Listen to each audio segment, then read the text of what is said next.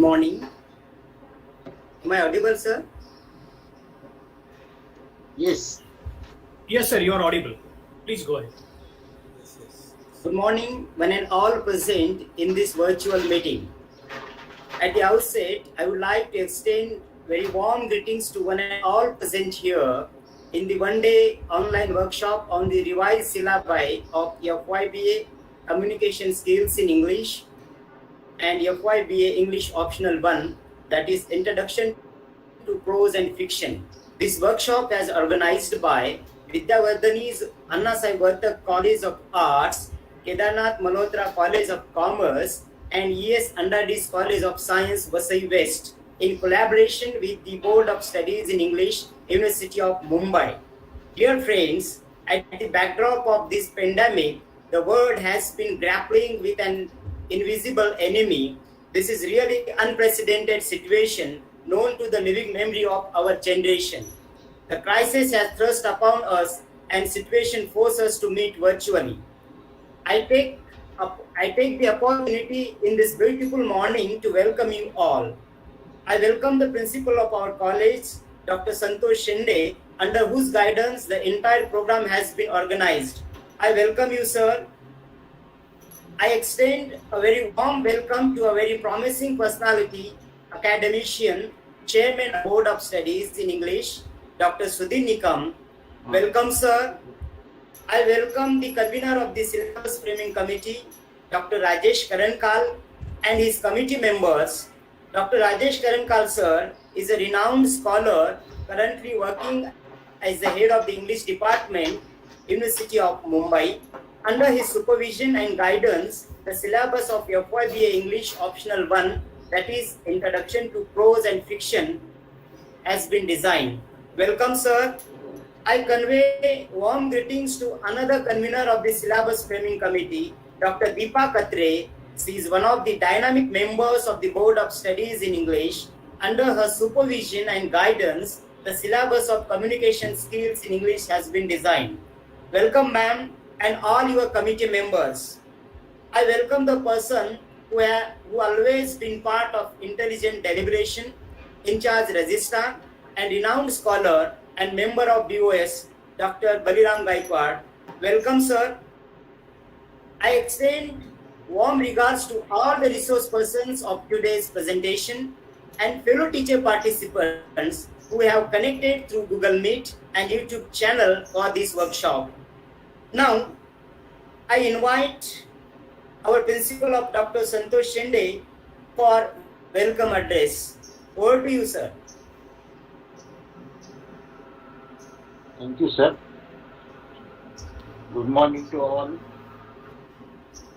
On behalf of Vartak College, Vasai, as a principal, I am welcoming you all in this virtual gathering of syllabus discussion. At the outset, I will welcome in special Dr. Baliram Gaikwad and Dr. Sudhir Nikam and all other Board of Studies members, coordinators, and you all fellow participants. This is a very difficult situation for all of us, but we have to bear with it and we have to meet virtually. But nevertheless, it is quite necessary. I understand that Board of Studies, this is one of the principal tasks of Board of Studies, to frame the syllabi, to revise the syllabi, and it is a very Herculean task because in English department, I suppose there are lots of optional papers. So framing the syllabi of all or changing it is a very difficult task. I'm sure Board of Studies must have deliberated so many times and they have performed this academic act. They must have spent a lot of time and discussion in framing the syllabus. It is very complicated task because it is not just writing few lines in the syllabi, but one has to really frame it in a manner which will also take into account the modern trends, at the same time not compromising the subject. So I understand it is a very difficult task, but they must have performed it over the years. I know because Deepa Katre is my colleague, so I always get input about that. So now the next step of that implementing the syllabus is taking meetings of the persons who are going to implement this syllabus. So today we have met for that reason. So I'm sure you all must be waiting to participate the discussion about the syllabus, about its mode of implementation, and maybe some suggestions, etc. So without wasting much of time, I once again welcome you all and hand over to the organizer. Thank you. Thank you, sir, for your guidance and words of advice. Let me take this opportunity to introduce to you Dr. Sudhin Nikam. He is an associate professor and head PhD Department of English. Has been working in BNN College, Bhiwandi since 2004. Before that, he worked in various institutions. He has been working in different capacities at the University of Mumbai. Currently, he is chairman Board of Studies in English. He is a member of Academic Council. He is a member of Research Recognition Committee. Apart from this, he has been doing extension and professional works for other universities as well. Currently, he is a member of the Board of Studies in English and member of the Research Recognition Committee of more than 5 universities across India. He was Secretary of Indian Association for Canadian Studies from 2015 to 2018. He is a president of Higher Education and Research Society. He extended his guidance to research scholars. 17 students successfully completed PhD degrees under his guidance and supervision. 3 students are on the verge of their submissions. He is the external examiner for PhD thesis assessment in almost 31 universities across the nation, and his PhD thesis adjudication gives him national identity in the literary spectrum of India. Every great change starts with a revolutionary step. It takes utmost care to start new courses which fulfill the demand of changing scenario of education and students.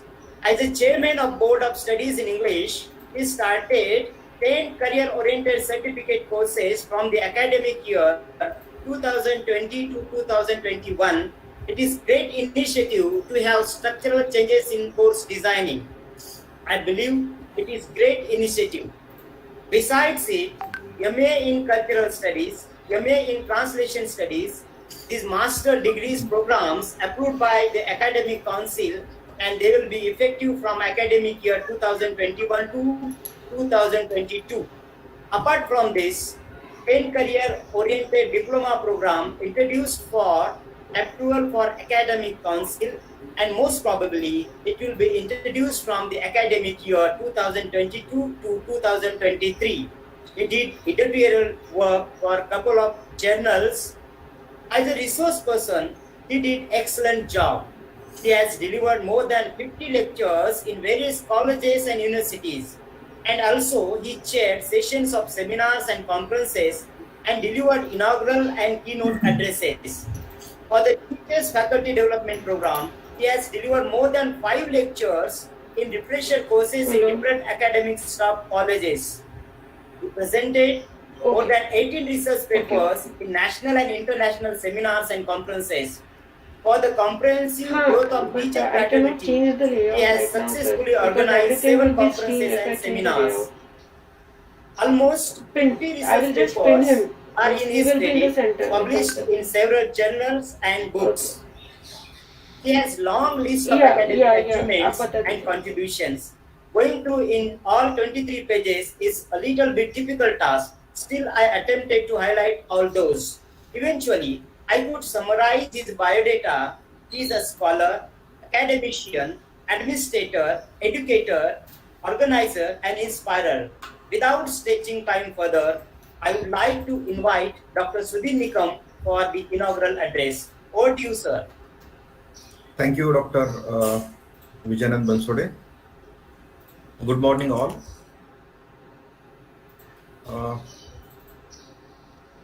Vidyavardhini's Vartak College, Vasai Road, in association with the Board of Studies in English, University of Mumbai. The workshop on FYBA Communication Skills in English and FYBA Optional English Introduction to Prose and Fiction is a landmark in the history of the syllabi of University of Mumbai, in a sense that it caters to the need of all the sections of the society. My colleagues in the Board of Studies, Dr. Rajesh Karankala, Professor and Head of the Department of English, University of Mumbai, Dr. Bairam Gaikwad, In charge Registrar of University of Mumbai, Dr. Bhagyasri Verma, Associate Professor, Department of English, University of Mumbai, Dr. Satyavan Hanegave, Dr. Santosh Rathod, Dr. Deepa Mishra, Dr. Bairam Gaikwad, and the most importantly, the host of this workshop, Dr. Deepa Murdeshwar Katre, who is a seasoned academician, an experienced teacher, and the senior most member in the Board of Studies in English. Thank you, madam, and thank you, sir. And it is without the guidance and without the support of the most senior academician in the administration, Dr. Santosh Shende sir, this workshop would have not been possible to be conducted. So thank you, sir. I express my deep sense of gratitude to you for supporting the Board of Studies in English, University of Mumbai. My friends, Dr. Sriram Dongre and Dr. Vijanan Bansode. So let me take this opportunity to thank all the members of the Syllabus Formation Subcommittee, especially Dr. Deepa Katre as convener of FYBA Communication Skills in English, Dr. Rajesh Karanka, convener of FYBA Optional English Paper 1, for taking painstaking efforts in drafting and materializing the product that is before us. So friends, the journey of revision of syllabus started right in the month of March 2020. And we had several meetings. As per my knowledge, since March 2020 till October 2020, Dr. Deepa Murdeshwar Katre has conducted at least 3 meetings per week, as per my knowledge. Though, as per my knowledge, it might be a very short introduction, but at least the subcommittee members will let you know how many meetings she had conducted. And one meeting was of not less than 3 hours. So you can imagine the efforts put in by the subcommittee member, and the same case is with FYBA Optional English. So we had designed so many drafts.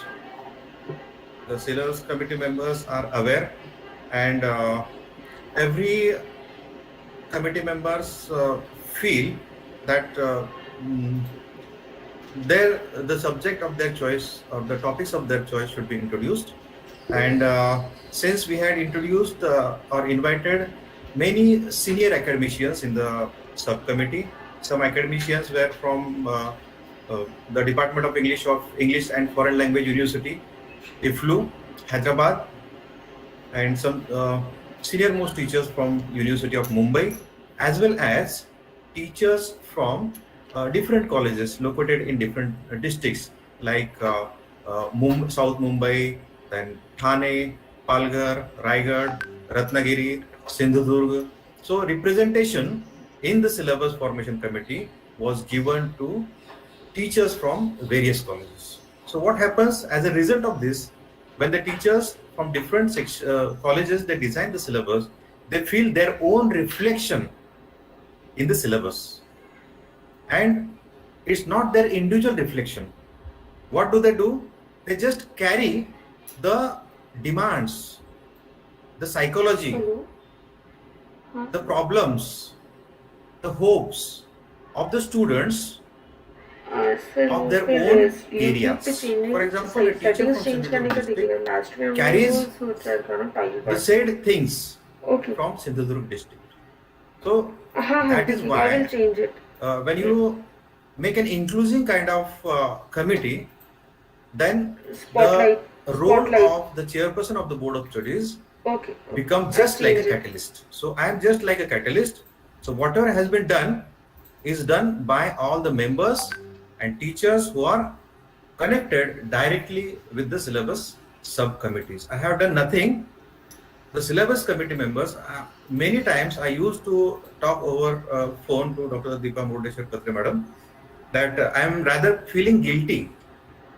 I am rather feeling guilty for making you work so much, because apart from a syllabus framing committee, the subcommittee has so many duties.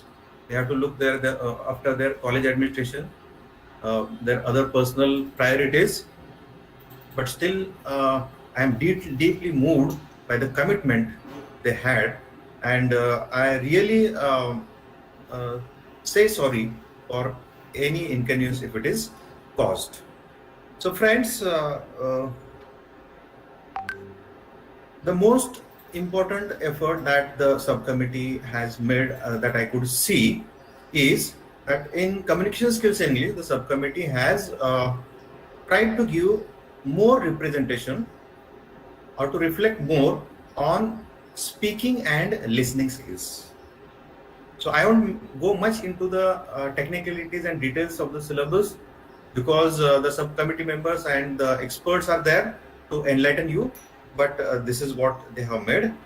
Now the time has come when we need to give opportunity to our students for comparing in college functions. So usually you see that whenever there is any college function organized, the first teacher who is invited for anchoring is English teacher. So now let us shift this perception. Let us train our students to face these challenges. Let us make them develop their own personalities. We want our students to be leaders, and that is why I thank Dr. Deepa Murdeshwar madam for making this possible.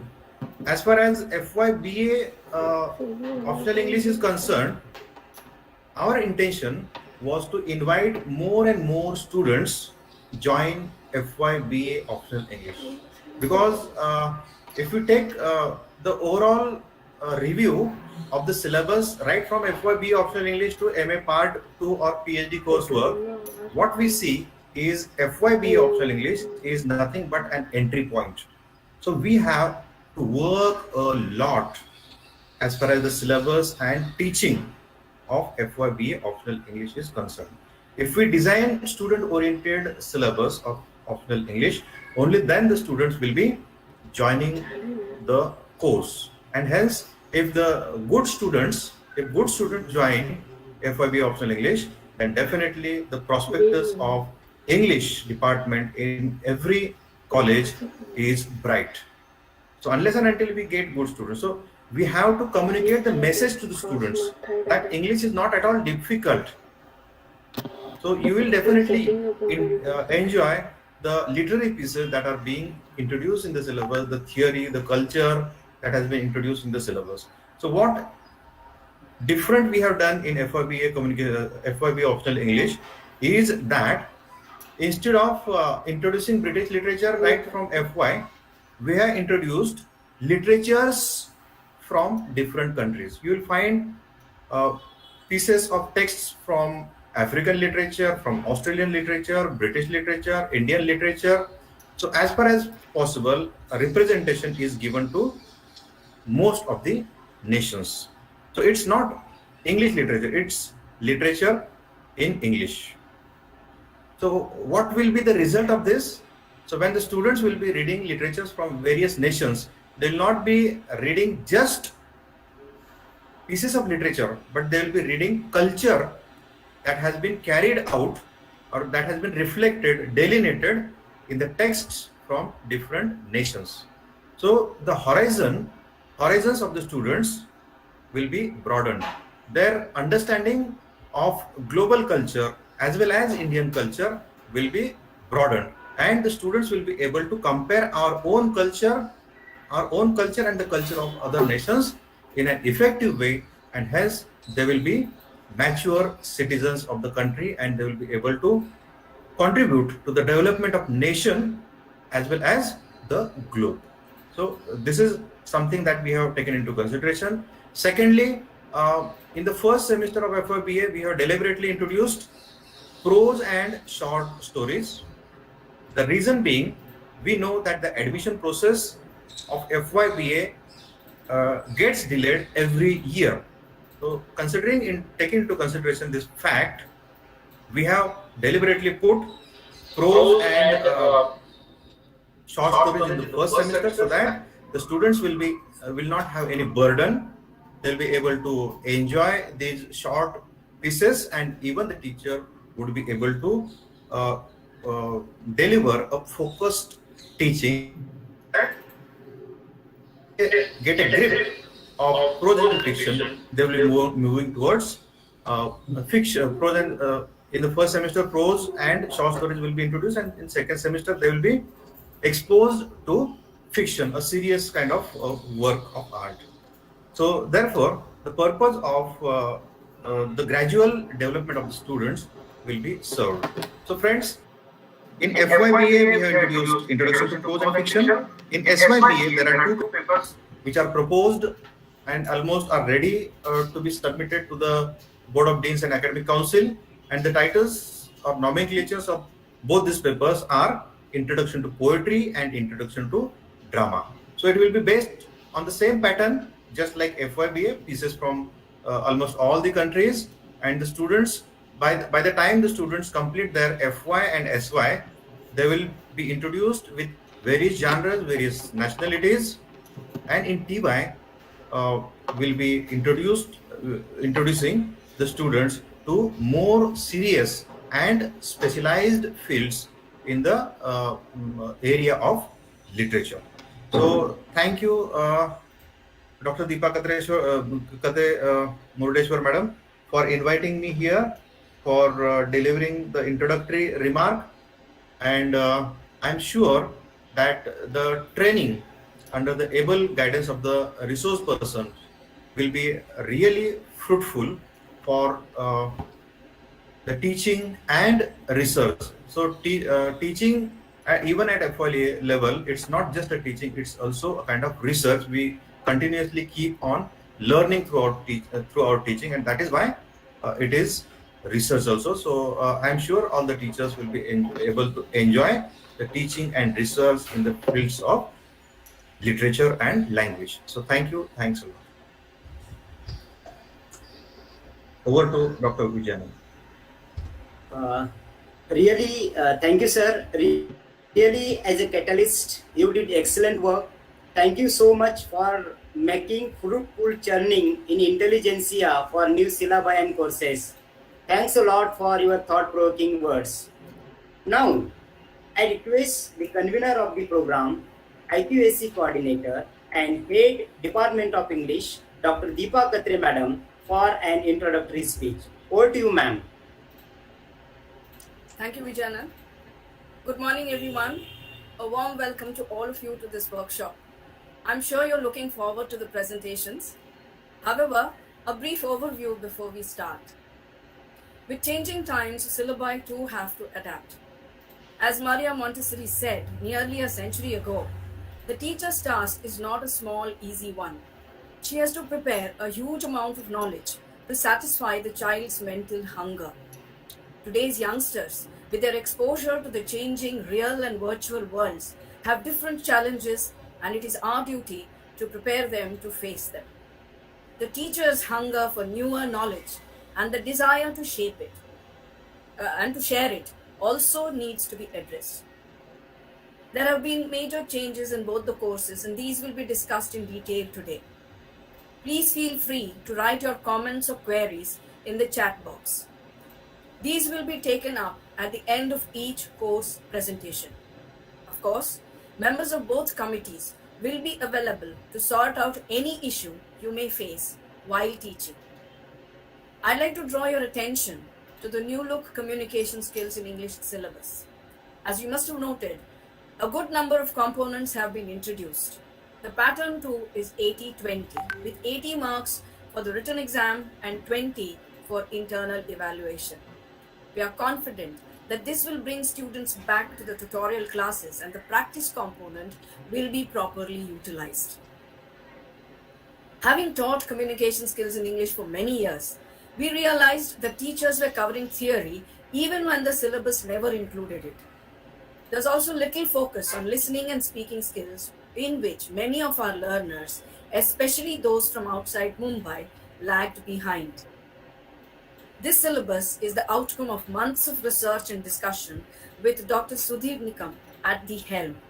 His guidance, encouragement, and support from the beginning till the end will always be cherished. I shall not forget the lessons I learned from the number of arguments we had while drafting the syllabus.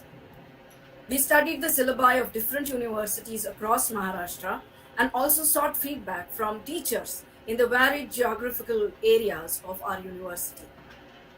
We have tried to bring a syllabus that has a balance in theory and practice, is suited for the urban and rural learner, as well as the English medium and the regional language learner. In our arduous yet gratifying journey, the hard work and contribution of each of my team members cannot be forgotten. We are now like one big family. Thank you, Sushmita, Sachin, Vinod, Gayatri, Shanti, Anjay, and Vishnupriya from FLU. I thank all members of the Board of Studies who have stood by us and approved the changes made by us in the syllabus. I also thank teachers who called to appreciate the work done. Namaskar. Thank you so much, ma'am, for your brainstorming words. Now, it's time for presentations. There will be 2 sessions followed by questions and answers, hoping for serious deliberation in the interest of students. I'm sure at the end of the session, all of your doubts would be cleared. For the further proceedings of the program, I request my colleague, Dr. Sriram Dongre. Over to you, sir.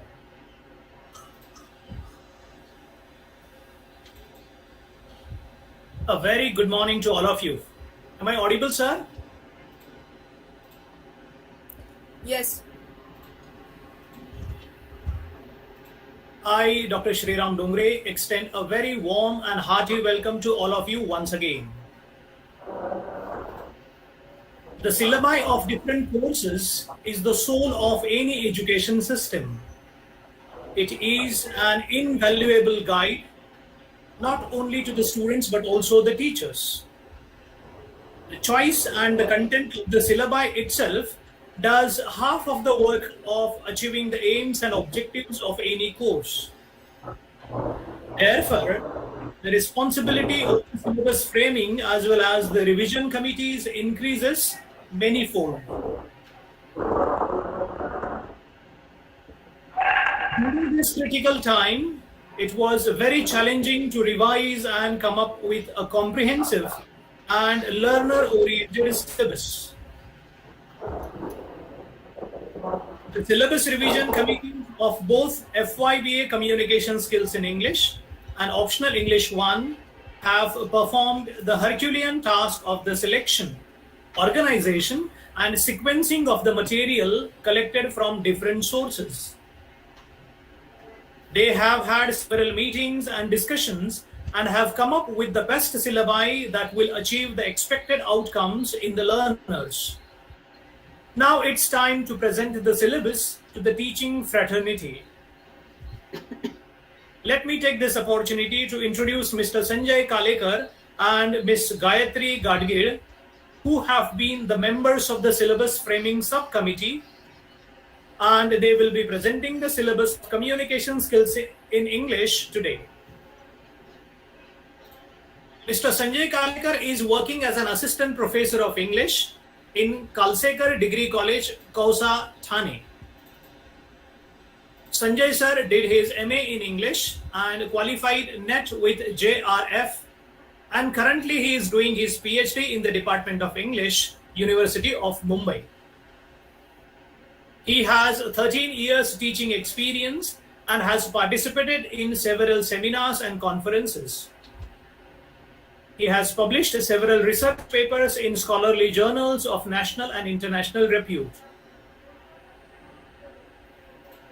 Our another presenter for today, Ms. Gayatri Gadgil, is teaching as an assistant professor of English in D.G. Ruparel College, Mumbai for the last 16 years. Madam is the head of the Department of English in Ruparel College. Gayatri Madam has translated 2 books from Marathi into English. She has completed a course on innovation and entrepreneurship in education at the Aharon Ofri International Training Center, Israel. She has presented research papers in various national and international conferences and published several papers in leading journals. I request Sanjay sir and Gayatri Madam to present the revised syllabus of communication skills in English. Thank you so much, sir, for this wonderful introduction. Let me share my screen.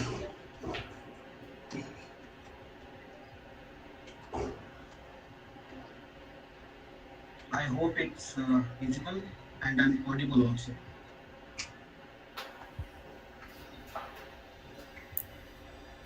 Yes, sir. Yeah. At the outset, I'm very thankful to the Board of Studies in English and the host college, Annasai Porta, for giving me this opportunity to present the syllabus to the fraternity of the university. The revised syllabus for FYBA CBCS, that is Credits-Based Choice System, Communication Skills in English, implemented from the academic year 2021-2022. And it would be presented by both of us. The inspiration and the source of support system to us, the Board of Studies in English. I also thank all of them. And begin with my presentation. I hope it's clear and audible again. Dear colleagues, the Board of Studies in English this year have brought a innovation into the pattern of the syllabus. The syllabus is divided into 2 parts, that is 80-20 pattern, so our examination is concerned. The credit structure of this course is number of credits per semester 2. The number of lectures per week allotted are 3 plus 1 tutorial per batch. The examination system is divided into 2 parts. First would be the written examination of 80 marks and the other would be the internal assessment of 20 marks. For its detailed kind of description, we'll look into the succeeding slides in my presentation. So in total, we have 45 lectures plus 15 tutorials per semester and 3 lectures plus 1 tutorial per week per batch. Moving ahead to the objectives of the course, here the learners are made aware about the language skills like listening, speaking, reading and writing as to enhance their language proficiency as the first objective. The second would be teaching students to look at the text for different purposes like looking for the meanings, context, references, drawing inferences and looking for the registers of the text. Further, they are trained in using the skills of the functional skills of language, and they would be able, they would be using all those for their future references. Learners here are also guided for the effective use of digital mediums in their studies, especially when they do their assignments, and also providing the interface to them with those digital mediums as to get well equipped in certain unprecedented times.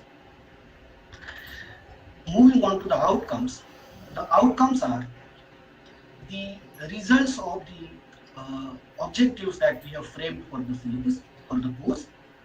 Here the learners will understand and will be able to interpret the text or different perspective after completing the course. They will also be able to handle digital platforms for their studies by having great inclinations to those audio-visual platforms or mediums. They will also acquire the proficiency of all 4 skills collectively, and they will be able to use those skills and the proficiency of skills while facing the challenges they face in their studies in future. The learners will also develop the skills like oral skills and written communication skills effectively after the completion of this course. So this was the brief overview of the objectives and outcomes. Moving on to unit first. The unit first is entitled as Introduction to Communication Skills, and the number of lectures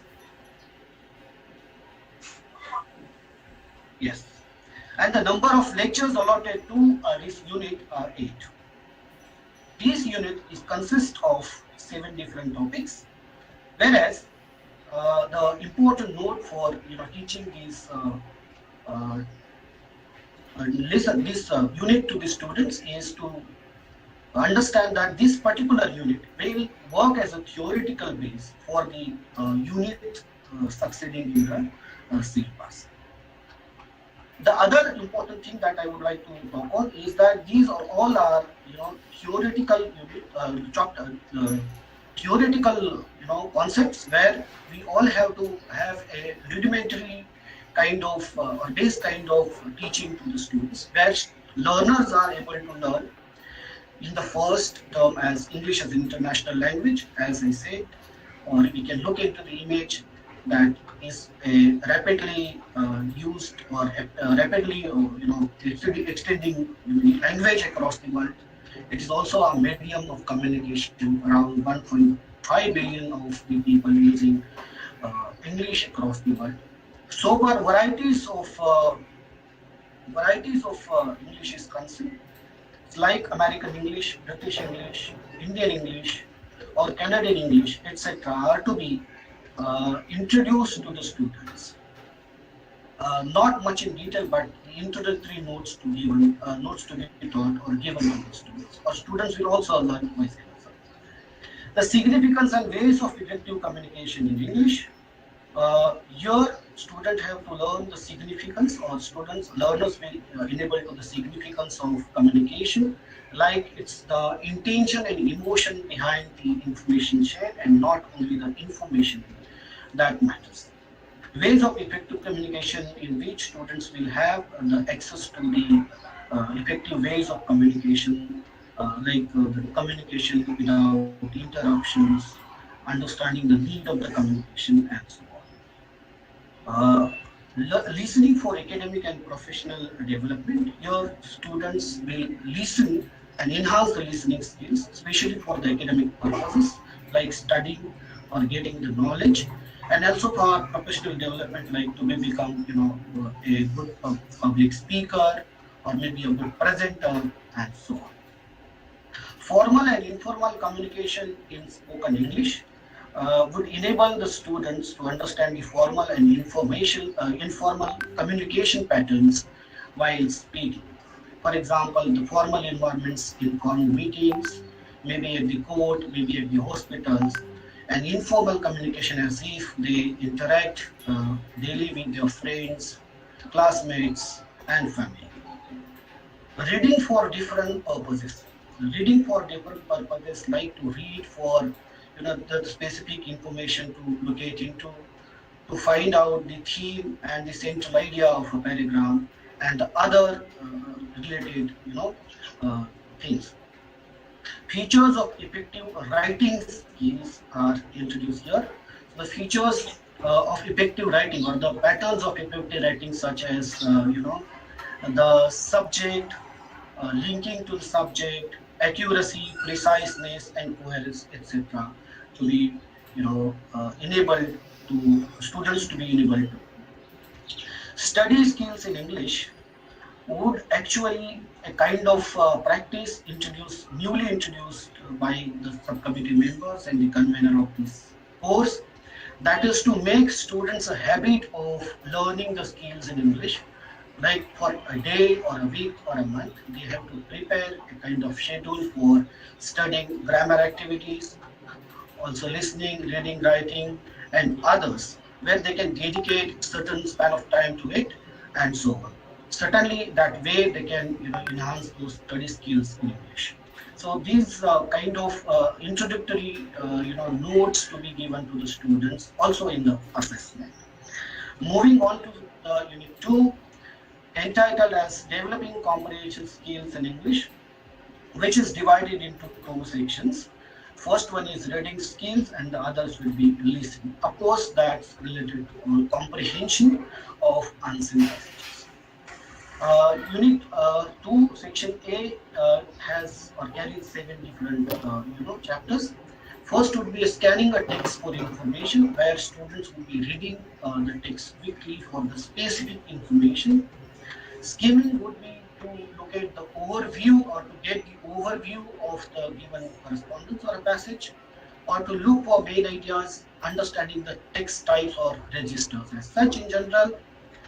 Guessing the meaning of an expression would be the third, which the students have to understand the word, phrase, or clause in the given or stipulated context. Building inferences skills is to read the given paragraph much in detail and to bring their own overviews or viewpoints on the paragraph or a passage. Then next chapter is about understanding language structure, that is subject, verb, agreement, voice, change the voice, direct and reported speech or indirect speech. So it looks after the grammatical structure in entirety of a given passage. Note making. While reading, students are taught to take notes of the key points that they read through the given passage. Summarizing would be also taught accordingly, as it's been the part of our older syllabus as well. In making summaries, students have to make summary of the key points and the understanding that they have when reading it. So there are certain strategies and skills that you can look in. For this unit, passages from variety of sources like fables, folk stories, short stories, non-fiction, history, business, or environment of any sort or any nature can be chosen, that is around 250 to 300 words, and specific questions can be set. Section B of Unit 2 would be listening skills, and that is absolutely a new kind of addition to this syllabus, that is listening comprehension. Listening for it also has almost 8 points to go with. Listening for main idea or gist. As to listen, students are learners are enabled to listen to an audio or maybe the audio or visual, and then they are to look after their own listening, that is the active listening, where they can just find out the main idea, central idea, or the gist of the paragraph. Listening for detail is to listen to the organization of the passage or the audio. They also look for the opening, then the middle of the paragraph, and also the closing of the paragraph, as to understand entire details given in the audio. Listening for text organization features includes, say, for example, the structure beginning, then the subject stated, the purpose stated, and also the end of the given audio. Listening for tone, accent, style, and register, as I said, to listen in detail. Similarly, they listen for the tone, accent, the mood, intention, and also the linguistic variety, and also the type of passage, this audio. Here, our duty is to, I mean, all of us are much involved into it, but our duty is to make the students to, practice listening skill, and that's the only aim behind all these, or to introduce this. Making a predicting content and guessing meaning actually, takes back to us when we know about the subject. Students also are, if they prior know to the subject, they might actually predict that what kind of words and content may be used in an audio, and accordingly they can generalize the actual meanings of the audio. Making inferences from the audiovisual text is the same as to have borrowed inferences from the text or passage read by them. To listen, listening for opinion, argument, counter arguments, etc. And then the last would be of taking note while listening to the audio or a video. For this case, a variety of relevant audiovisual text as samples may be drawn from various sources. Listening skills in English should be developed through various activities along with the practice done while teaching in the class. So many of our colleges have an internet access, and we will have the domains being given to you in the reference section where all of you can visit. It's not that feasible to put all that exhaustive list here, but we have given a number of sources for audiovisual text from where teachers can make the learners to listen to those audios, or rather, if the sources are not at place, we also can read the passages at our own in the class loudly, or rather, we can make the students to read the text loudly in the class and others listen to it and can continue with it. Then we move on to Unit 3, Speaking Skills in English. Again, this is what we have introduced and has been spoken about by our convener and also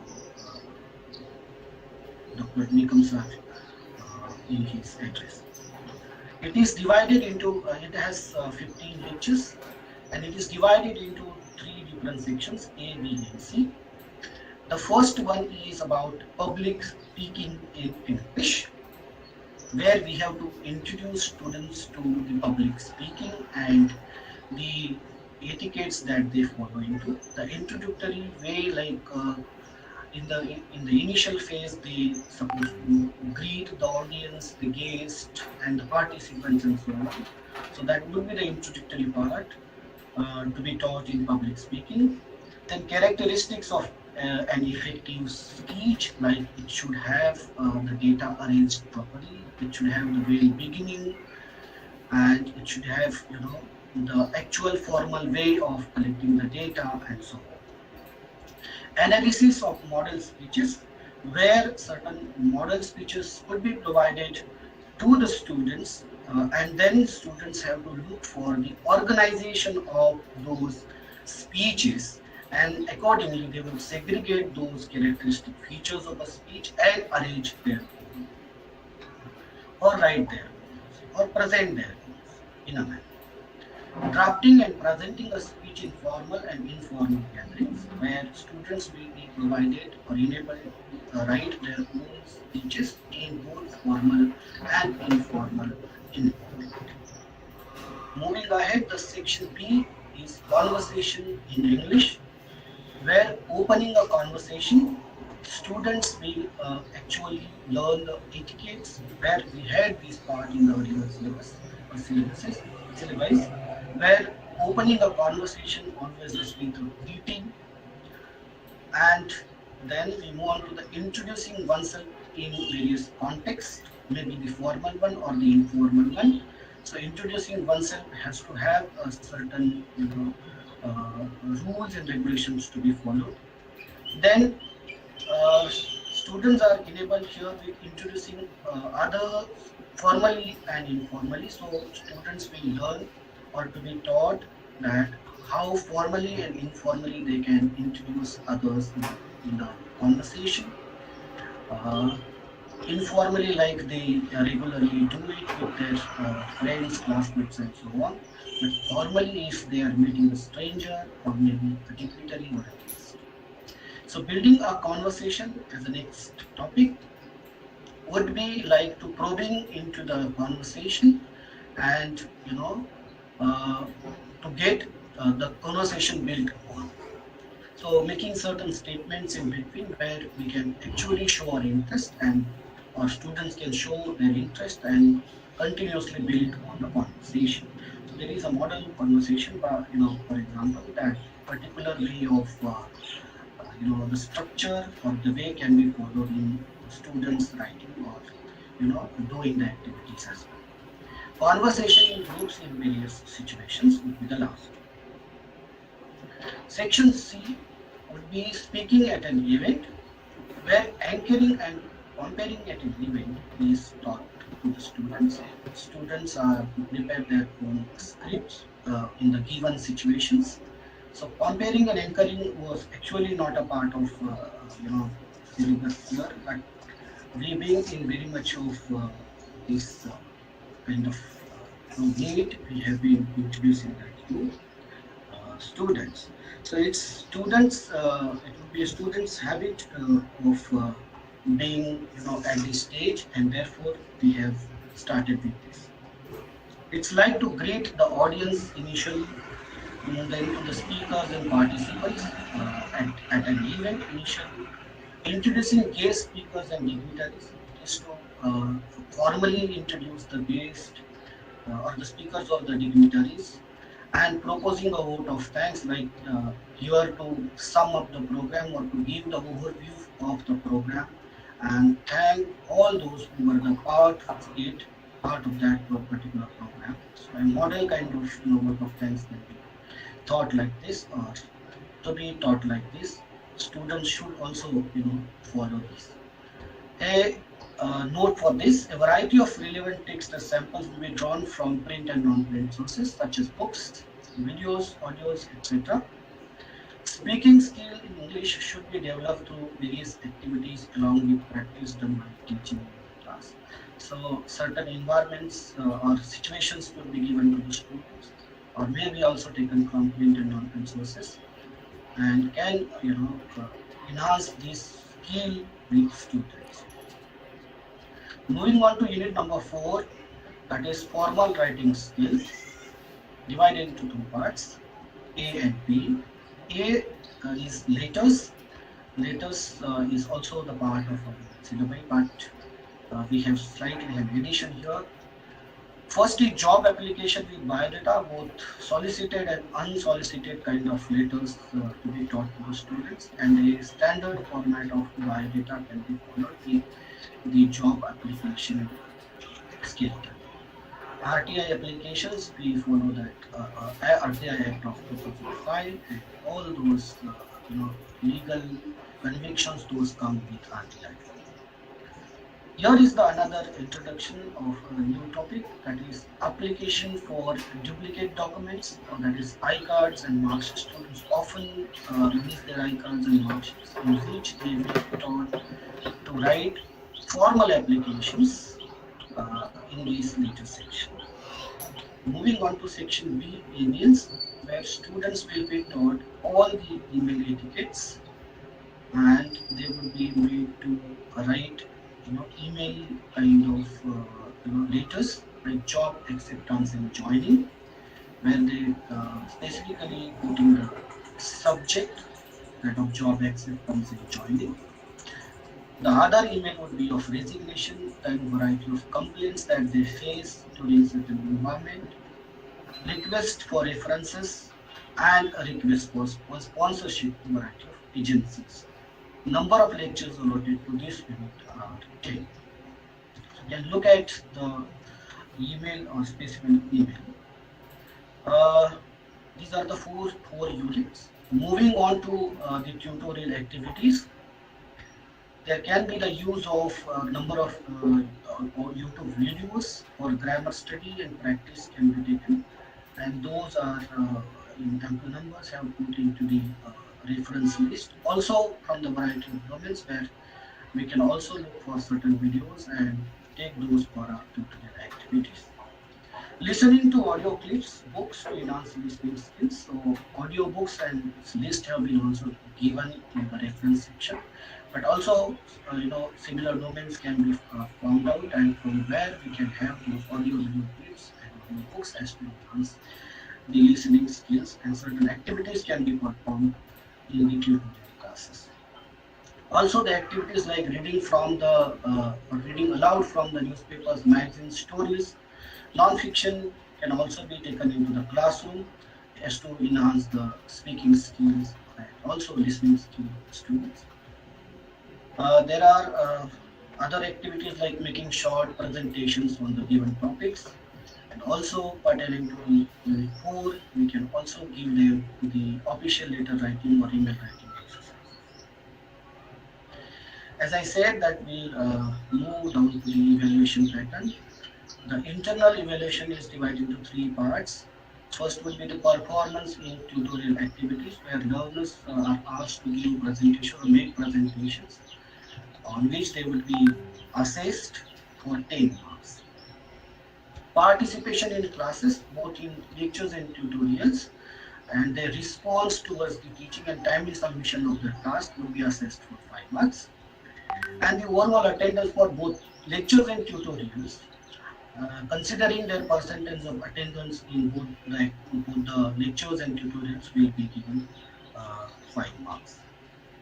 The examination pattern, that of 18 marks, section B, as I said, would carry equal marks for all 4 questions would carry equal marks, that is 20 each. Question number 1, short notes 4 out of 6 would be entirely based on Unit 1, where we will have these introductory notes to be framed based on Unit 1 specifically. All terms or notes carry marks. Then question 2 would be unseen passages, as they may be chosen from variety of domains, as we had mentioned in the note.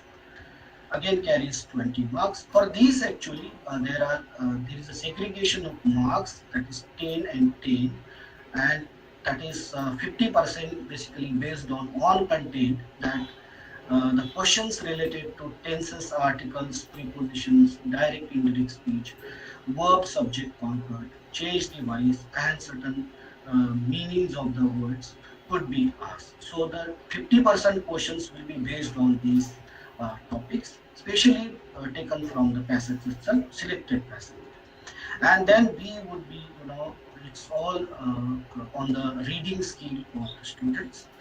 That is to find out the main idea, central idea, or even the supporting details to information, and also writing their own opinions, where 10 marks are given to it. So 20 marks in total for question number 2. Question number 3 is based on unit number 3, where 4 notes would be, 5 notes would be given. Out of 4, they have to attempt 4. These are some representative notes, not exactly the questions. Certain similar questions can be framed based on unit number 3. All the questions carry equal marks here too. Then question number 4 is divided into 3 these topics. First would be a job application letter with a biodata, carries 8 marks, no interview choice given. RTI letter, there would be 1 letter students have to attempt, that would be for 7 marks. And C would be email writing, where internal choice is given 1 out of 2, and it's for 5 marks. The exhaustive list, as I said, is not visible to put in on the slides. So for the detailed reference list, please refer to the syllabus chart. And for my presentation, the references and the courtesy to Google Images. Thank you so much. Thank you so much to Anna College, the Board of Studies in English, and the convener of the syllabus.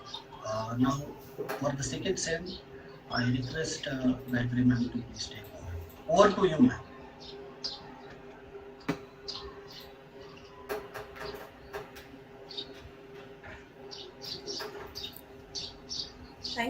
much, Professor Sanjay. Let us move on to a discussion of the second semester. I will just share my presentation.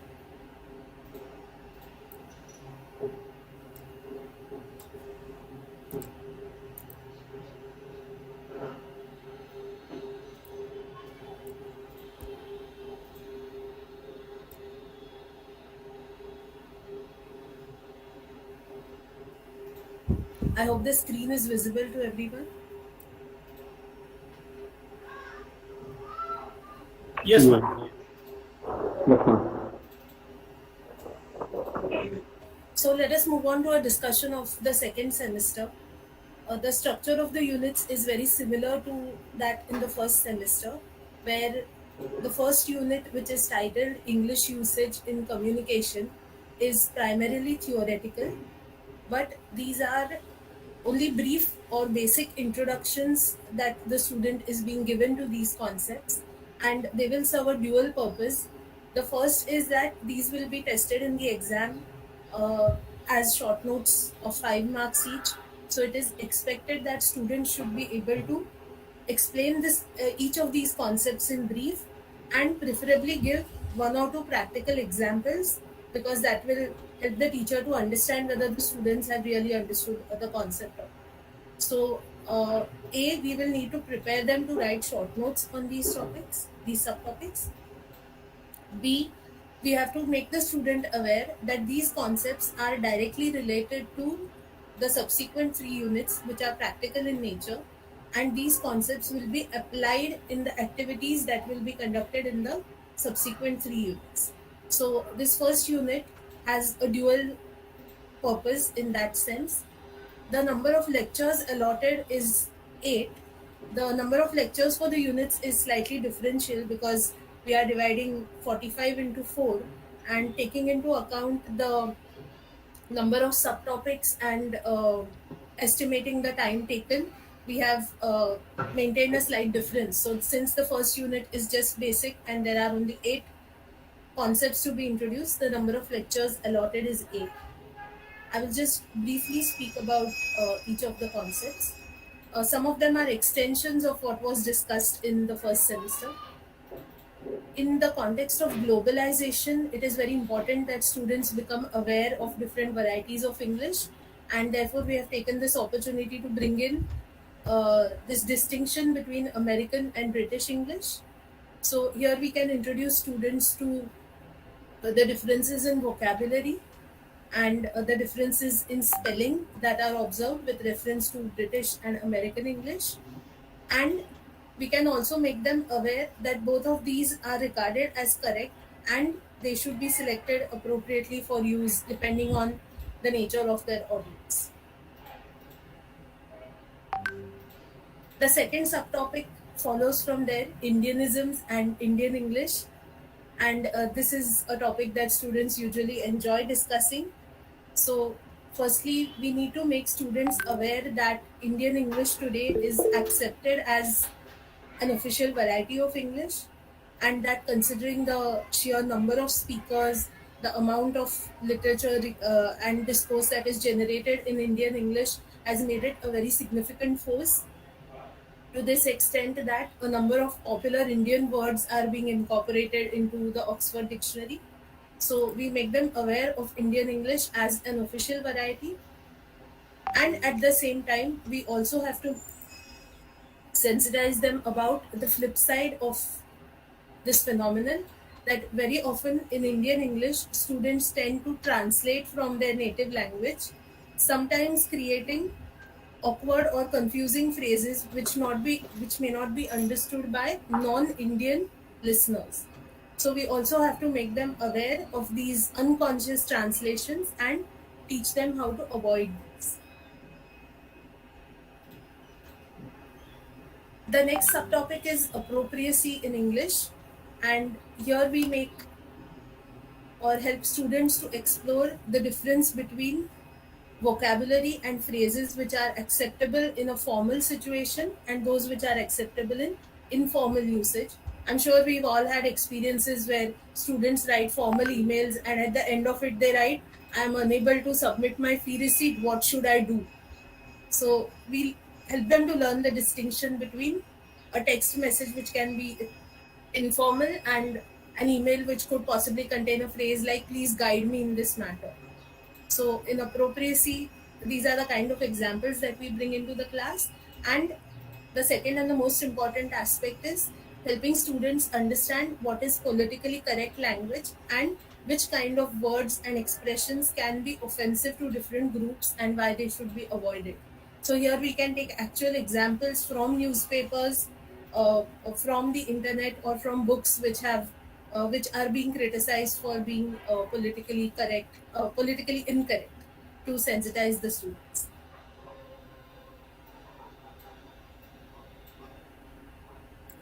The next topic is something which is quite familiar. We have been teaching this earlier, non-verbal communication, where we introduce the importance of non-verbal communication, and we also get into details of the various elements of how non-verbal communication takes place. This is a new addition to the syllabus, elevator pitch, and we thought this would be interesting for students because many times we are forced to communicate in a situation where time is very limited, and therefore we are forced to be extremely concise.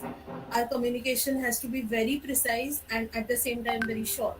And elevator pitch is it actually originates from this idea that if you meet someone in an elevator or in a lift, so you're going to be with them for a maximum of 30 seconds to 1 minute, and in that time you should be able to communicate with them, introduce yourself, and also set up possibilities for future interaction.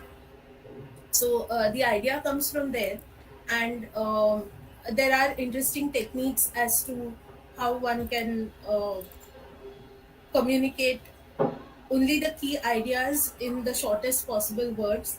So I think elevator pitch will help students in becoming more precise as far as their communication is concerned.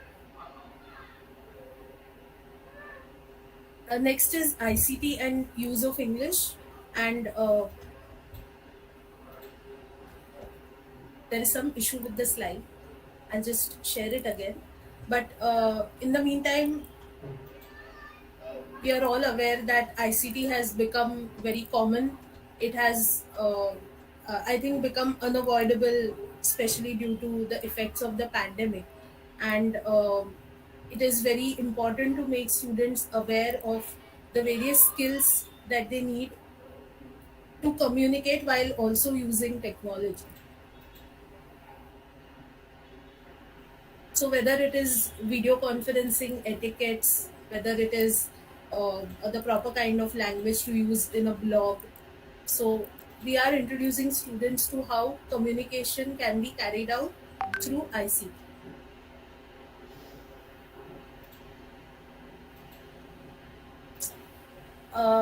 The next subtopic is modes and types of interview. This is directly related to one of the later units, so I will not discuss it in detail here. We are just introducing students to different types of interviews, and this is very relevant for them because after college many of them will either look for jobs or opportunities for further studies, and this is where interview skills are going to be very important. So we bring in types of the different modes like face-to-face, telephonic, online, and we also bring in the types of interviews. The last subtopic here is principles of creative writing, where we introduce students to the different forms of creative writing and through examples make them aware of how these are different from scientific, journalistic, or everyday formal writing. Unit 2, enhancing reading competencies. This is actually an extension of the unit on reading comprehension that was dealt with in the first semester. We are now introducing passages which are slightly shorter in length, but they are taken from more complex sources. So we are now expecting students to be able to read passages with more difficult vocabulary, passages which are argumentative, which are analytical, or which have some implied meaning. So these are not straightforward factual or descriptive passages. We are slowly training them to read between the lines. So the progress here is only in the difficulty level of the passages from as compared to the first semester. The skills that we are looking at developing and testing here are augmenting active vocabulary.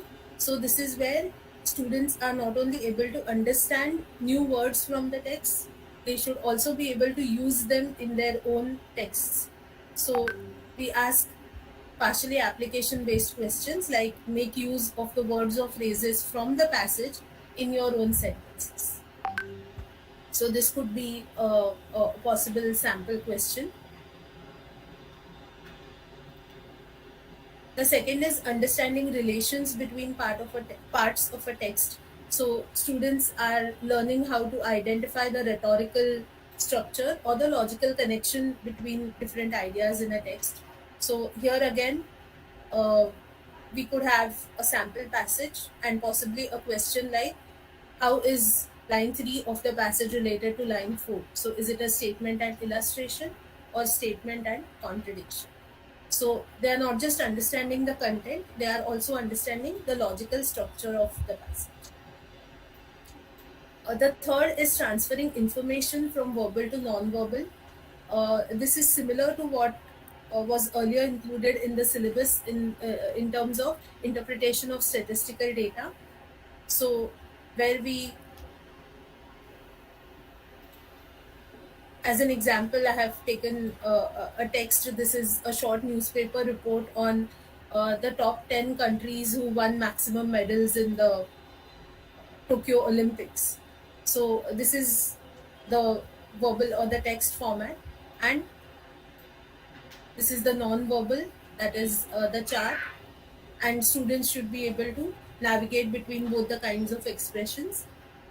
Now the example that I have taken is a chart, but we can of course bring in different kinds of non-verbal media like graph, map, a pie chart, infographics, or any other visual kind of media to which they can translate the passage that they are reading. The fourth subskill is understanding concepts and arguments. Because these are more difficult passages, they are expected to understand not just the facts but also the arguments. So questions on the concepts, questions on the author's opinion, or how the author is supporting or opposing a particular point of view can be asked in the second semester. Naturally, we are teaching them also to read the tone of the passage and to look for implied meanings or even multiple meanings if it is a literary passage. So that is about developing analytical and interpretation skills. And the last two are slightly advanced, but we can encourage our learners to try this at least, that if they are reading a passage written from a particular perspective, they should be able to rewrite it. As in, if they read an article which is against COVID vaccination, they should be able to write a paragraph which is in support of vaccination. So helping them understand different points of view, rewriting passages, and ultimately, of course, the goal is to get them to read critically rather than just reading for facts.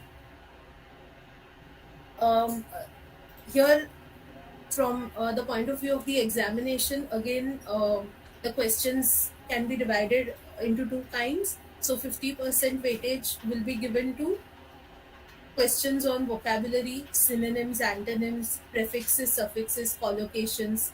So again, this is slightly more advanced from the first semester, but these have to be passages from, questions based on the passage. So we are not asking general grammar questions here. These are picked up from the passage.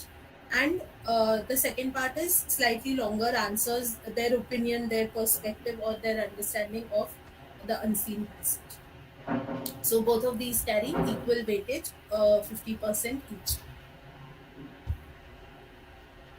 The third unit is again an extension of the speaking skills which were introduced in the first semester. Now we are looking at the advanced oral communication skills.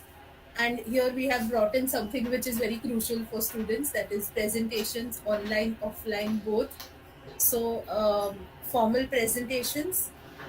Here we take the students through all the stages, how to prepare and how to actually present a formal presentation. All this has to be, they have to be enabled to do this in the class, and here an element of participation or actual tasks and topics can be very useful. We have also included use of technology in making a presentation. So, effectively using slides or audio visual media can also be introduced to them. This is also tested in the exam. We do ask them to draft a presentation. So, though this is not the ideal way of testing presentation skills, we can ask them, just as we have dialogue writing in the first semester, we can ask them to draft uh, short presentations on very general topics just to see whether they have understood the elements like opening, development of the idea, and formal closing of the presentation. The second aspect here is more informal, that is skits. Now, this element is not actually tested in the theory exam, but this will be very useful for tutorial activities, and this is something that students enjoy. So it will help us to bring in an element of participation and enjoyment in the class as well as in the tutorial activities. So reading of prepared skits or drafting and presenting their own skits is what students can do. And of course we have to encourage them to be as original as possible and this will also be a good confidence building exercise for students who are afraid of public speaking. Since skits are usually presented in a group, it gives them more confidence to develop their spoken skills. Part B of advanced oral communication skills is again something that we have been teaching before, but it is extremely important for students. Group discussions, whether they are structured group discussions or participation in meetings, etc. So we have to make them aware of the different elements and particularly help them to find the appropriate language for agreeing with someone, disagreeing, interrupting an idea. There are acceptable formal phrases which can be used. So this kind of skill can be developed in the students. Now this is also tested in the exam. In the written exam, there is a question based on this. So a sample question would be, draft a group discussion among 4 participants on the topic, how can education in India attain global standards? So this can again be treated as an extension of dialogue writing, probably, because here there are more participants and there is a more formal structure to a group discussion. The last element here is interview skills, and the new thing which we have introduced here is that we are getting the student to play both the roles of the interviewer and the interviewee. So the first part is interviewing others, and here we may share interesting talk shows or interviews of famous people to help them understand how questions are framed and asked by interviewers. So preparing questions and conducting the interview. This is also tested in the exam. So a question like, you are interviewing a senior scientist who was a former student of your college. Draft 10 or 12 questions that you as the interviewer would ask her or him. Because it's for 10 marks, we need to get them to write at least 8 to 10 or maybe even 12 questions that they would ask as an interview. The second, of course, is more familiar, where the student is the interviewee. Again, here we take them through all the stages of preparing for a job interview, how it begins with researching about the organization and the actual conduct of the interview as well, how they are expected to answer questions and so on. The last sub-point here is analyzing interviews. So we can make students aware of how interviews are analyzed. So that helps them to perform better in their own interviews. So I have, again, this is tested in the exam. So I have a sample question here for 10 marks. You are appearing for an interview for the post of city reporter at a local newspaper. Draft your answers in response to the following questions. So here they are expected to put themselves in the role of the interviewee and draft appropriate answers. The questions can be geared to the competency level of the students. The last unit is advanced writing skills, which is divided into 2 parts. The first is report writing. So here we are looking at two kinds of reports, news reports and activity or event report. Both of these were also included in the earlier syllabus, so I'm sure we are very familiar with how to enable students to write both these kinds of reports. So the second element here is creative writing, and some of the topics here again are familiar. So personal essay or memoir, a short speech, so where a specific occasion is given to them and they are asked to draft a speech, and a short story writing. These are very short narratives, not a full length story that they are expected to write. I have some sample questions for these also. Although this is something that we have been asking over the years, so they can be asked to write essays on various topics, or a memoir like my first experience of cooking, newspaper reports on some current event, or a report on some college activity, a speech for a specific formal or semi-formal occasion like a retirement ceremony, and a short story based on a given prompt, a single line or an outline or a character may be presented to the student, and they can be asked to write a short story based on. There are a number of tutorial activities suggested, and these are all related to the earlier three units. If you notice, there is only one which is slightly new, and that is statement of purpose. And we thought this could be useful for students who are planning to apply abroad, or they are applying to universities which require SOP. So if there are such students in the class, then this tutorial activity will be very practically useful to them. And the others are all related to the units. So mock interviews, giving speeches, group discussions. These can be conducted as group activities as part of the two topics. The internal evaluation pattern remains exactly the same as in the first semester. So where the student's performance is allotted 10 marks, the participation in lectures and activities is 5 marks, and the overall attendance is allotted 10 marks. For the theory examination, the first question is short notes based on theory. The student has to attempt 4 out of 6. They carry 20 marks. The second is reading comprehension, unseen passage of a higher difficulty level. And again, the weightage of the sub-questions is specified, which we have already discussed. Question 3 is based on writing skills.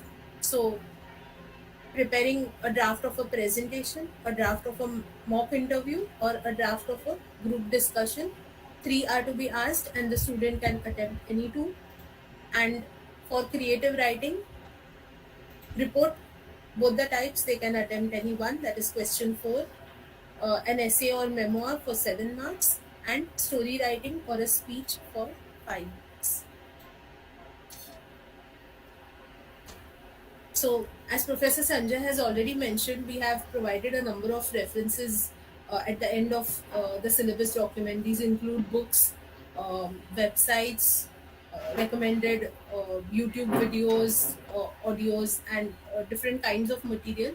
But I'm sure you will all be able to find a lot of material that is more relevant to and more interesting to your own students.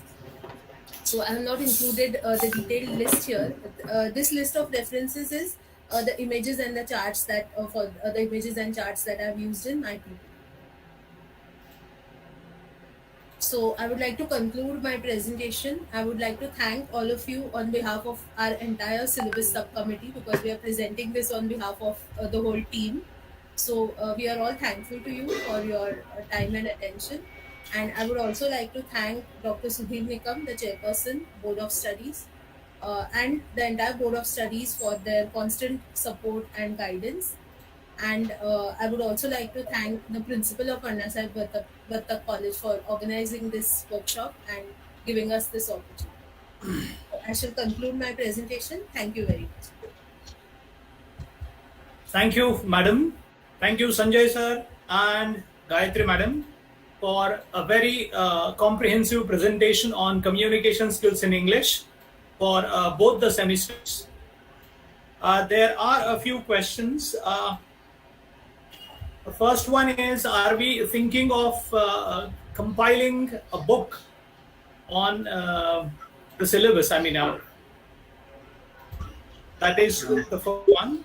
And the second one was about PPTs and the syllabus. I think, ma'am has already answered in the chat box that both the things will be shared in the respective groups, WhatsApp groups. Yes, ma'am, if you can answer to the first question. So, We'll certainly try for one. And of course, additionally, we have provided the question forms, or maybe the topics. Those could be included in the paper patterns, or also for the assessments. So your suggestion will be well taken. We may go for the one. I don't know, but we haven't thought of it. But we'll rather try for one. thank you, sir. Thank you. Now, I request all the participants to check the WhatsApp group for feedback forms, because some of the participants will be leaving after this presentation. So, I request all of you to fill in the feedback forms so that we will be able to send your certificates immediately. Thank you, madam. Thank you, sir, once again. Now, let us move towards the presentation of optional English paper 1. Let me introduce Dr. Shweta Salian and Dr. Satyajit Kosambi, who will be doing the presentation on optional English paper 1. Dr. Shweta Salian is working as an assistant professor of English in the Department of English, Mithibai Autonomous College, Mumbai. She has been working there for the last 12 years. Dr. Shweta holds MA in 2 subjects, English and philosophy. She has qualified NET in English and has done her MPhil and PhD in English. Currently, Shweta madam is pursuing her degree in law. Dr. Satyajit Kosambi is teaching as an assistant professor in English for the last 8 years in Sathe College, Mumbai. He is working as the head of the Department of English in Sathe College. Dr. Satyajit did his MA, MPhil and PhD in English literature. Both Dr. Shweta and Dr. Satyajit have national and international publications to their credit. I request them to start with their presentation on the revised syllabus of optional English paper 1. Over to you, madam. Thank you very much, sir. Respected Principal, Vartak College, respected Chairman Board of Studies, Dr. Nikam, respected Head Department of English, Dr. Karankal, respected Dr. Deepa Madam, respected Assistant Registrar, Dr. Gaikwad, and Sriram sir and Vijayanand sir. A very good morning to all of you and my senior colleagues from the fraternity and my friends who are listening to us. On behalf of the Board of Studies in English, University of Mumbai and Vartak College, I welcome all of you for the second session of today's workshop on the revised syllabus of first year BA optional English paper.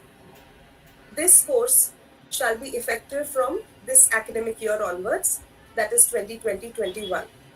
I shall share my presentation with you and continue my talk.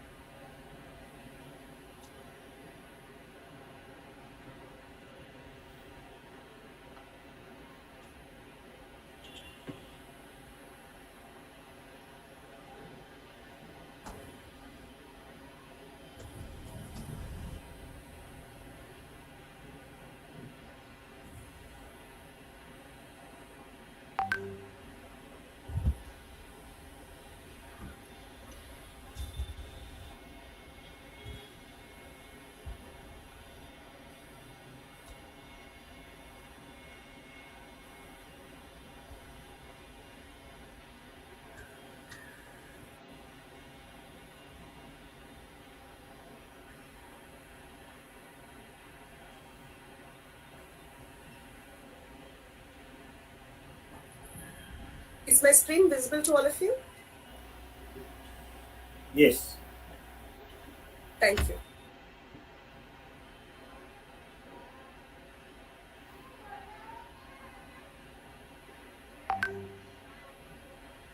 I should just put it on slideshow for better visibility.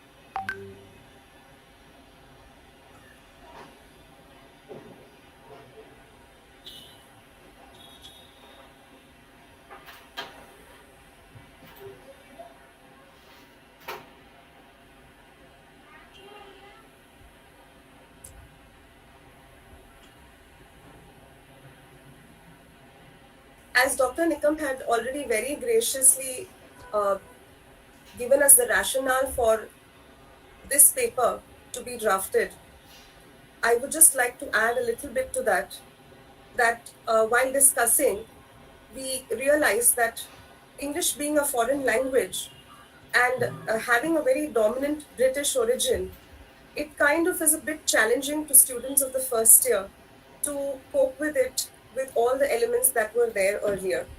Therefore, it has been the agenda of the Board of Studies to make this paper very student friendly and to make it attractive. So therefore, keeping the students' interests in mind, we have drafted the syllabus that we present before you. Now, the paper is titled Introduction to Prose and Fiction. We have this as a choice-based credit system, and I already told you that we are having it with effect from this year. The title of Semester 1 would be Introduction to Prose and Fiction Paper 1. The title of Semester 2 would be Introduction to Prose and Fiction Paper 2. We thank the member of Board of Studies in English for having taken so many of the professors spread all throughout the English fraternity into different subcommittees of for syllabus making, and we really find it very inclusive and experience a sense of belonging as a result of this generous initiative. These are the members of the syllabus subcommittee, headed by Dr. Rajesh Karankal, who is the convener and head of Department English, University of Mumbai. The other members of the subcommittee include Dr. Rajesh Yevle, Ms. Himali Bose, myself, Dr. Shweta Salian, Dr. Satyajit Kosambi, and Dr. Bharat Tupere. I must also tell you that while we were drafting this syllabus, it was nice to see such a rife, kind of going on amongst us as to whom to keep and whom to throw out, because that's the case when it comes to texts and contexts. And we are very glad that we had a consensus, a very nice, fair consensus towards the end of this process, which went on for some months.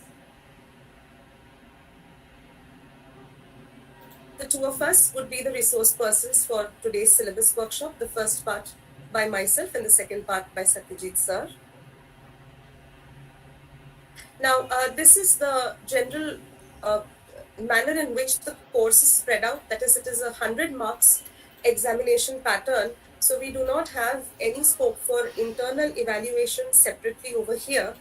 Okay, therefore, what we intend to do is, while we are teaching, we have to encourage discussion and any kind of a content analysis as part of classroom discussion.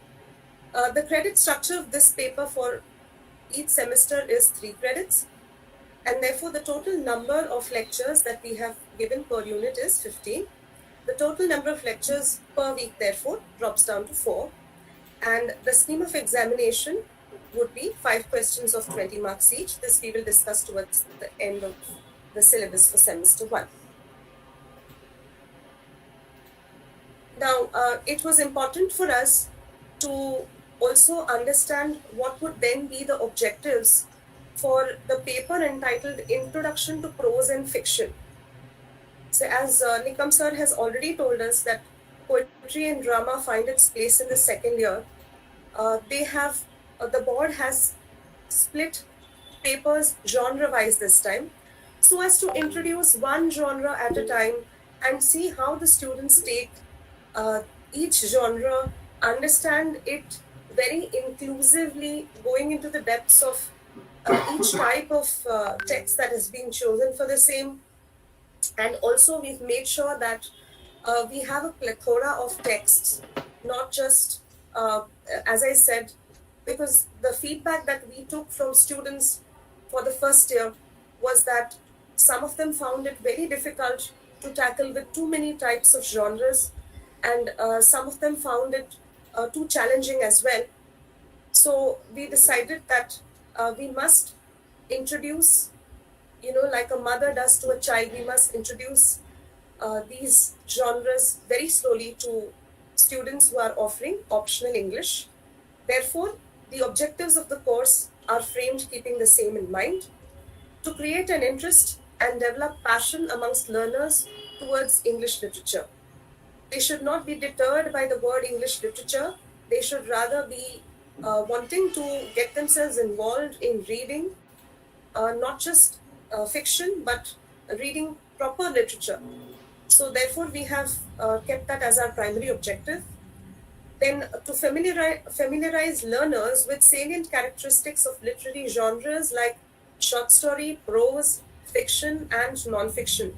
So these are the four aspects that we would find in semester 1 and semester 2 that we are going to introduce students to introduce learners to various elements of selected short stories written in English and translated in English. So very rightly it was said that it is not English literature, it is literature in English. So therefore, we must introduce other pieces as well that are in translation, not many, but at least one or two, which is what has been the objective here. To acquaint learners with different forms of prose and its importance through close reading of selected works. It's very important to have a close reading with students. So therefore, seeing the structure of the paper, where we are only going to have the semester end examination and nothing in between, we have a lot of scope for the teaching learning experience to be enhanced. So there can be a close reading, there can be a discussion, there can be an enactment, there can be a viewing of pieces that have been picturized, etc. There are so many varieties of videos and picturizations available of different texts, plays which are based on the same, etc. So we can fish out for such material and take students' responses onto the same.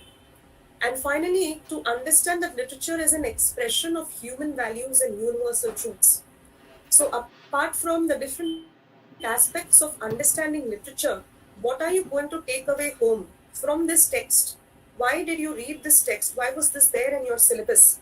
Trying to explain the presence of the text and trying to make them understand the general principles, the understanding that that text forwards, is what we have kept in mind also as our objective. So I think this last objective becomes very important. How is this text universal? Moving on to the course outcomes that we have discussed and put into this syllabus. To develop a passion for reading literary works among students becomes primary. We know that the kind of reading that students do has changed over a period of time, and therefore we must be very careful to not deter them from reading, but to further introduce them from what they are reading already by channelizing them towards the works that we have picked up and put into this syllabus. So this channelizing requires a nice mixture of their interests and the interests of literature as well. So that is what we have tried to balance over here as one of the outcomes, to make learners at ease in the process of appreciation of literature. While appreciating literature, one must find some kind of a parity of thought between oneself, what one has in mind, what one thinks, and what is articulated by the writer. So this parity of thought, or it might be a contrast that the student would like to bring. But then this process has to be quite easy and built up over a period of time. to enable learners to understand and analyze selected short stories, prose, fiction, and non-fiction masterpieces, which is in tandem with the objective that we have framed with reference to this, to imbibe the underlying philosophy and values reflected in literature. So once they learn to understand what is the writer trying to project, what is the context that he's bringing out, what is the philosophy that he's trying to share, what is the thought that he's trying to produce, then how will you imbibe that? How will you incorporate that in your everyday life? How are you going to benefit as a student, as a citizen, as a human being? How are you going to change your frame of mind, remove the prejudices that exist, try and develop a sensitivity? All that, as is the last point over here, to develop a sensitivity with towards nature and understand the relationship between human beings and their environment. Now, this is not just the nature that Wordsworth defines, but it is all kinds of nature. So, whether human nature or the nature outside, the different kinds of environments that are projected through the different pieces. So, we are trying to look, if you have seen through the objectives and outcomes, to make the reader, the learner, the student into a reader. So by reading these pieces, the student must feel like, we want more, so that, we can suggest more general reading to the students. So rather than having something very heavy which they tackle with throughout, we have, interspersed and spaced out works that they can take, deal with, breathe with it, understand it, and then move on to the next one. So I will begin sharing the course content now with you all. So for semester 1, unit 1, we have 15 lectures. And if you see, we have reduced the number of terms that we used to have earlier, although we need to have terms because whatever texts we are trying to introduce to the students should be able to understand the text, the format of writing, the style of writing. What is it? For example, if it's a short story, then the development of short story. How did the genre come into existence? Who was the first short story writer? How did from there, which countries, writers in which countries write short stories? Which of them are popular? What are the aspects they deal with? How do they use the form to articulate their thoughts? So there are so many such, bits that we can give to students, and the onus of how to pick up and what to pick up lies with the teacher. The respective teacher can decide, when I'm teaching development of short story, which all works do I want to focus on, and I want to make my students respond to it. So there is no hard and fast rule as to what to pick up when we say development of a short story or development of an essay, for example. There is nothing hard and fast. We do know, we have the mapping of how short stories have, come into being, and what is their position in today's world. And I think the teacher who is teaching should have the liberty to decide how to go about teaching this to the class. So development of a short story is for the introduction of what a short story as a genre is actually about. Then the different elements that are present in a short story have to be explained to the students through this particular unit. So plot, character, setting, narrative. These are the 4 things that we felt that we should keep for the sake of the student understanding the format of writing, how it is written, and what is a character, what is the setting, and what is plot. We have done away with the other parts. This much we have retained. Development of an essay, as I just said, in order to understand the genre of an essay, how was it written? So from the time, so we have also included Sir Francis Bacon, the father of the English essay, and from then on, how essays were used as a medium to articulate a social vehicle, to articulate the thoughts of the writers that were viewing contemporary situations, and they wanted to express either their resentment, their discontent, or their views. which would be varying on whatever was happening in the time.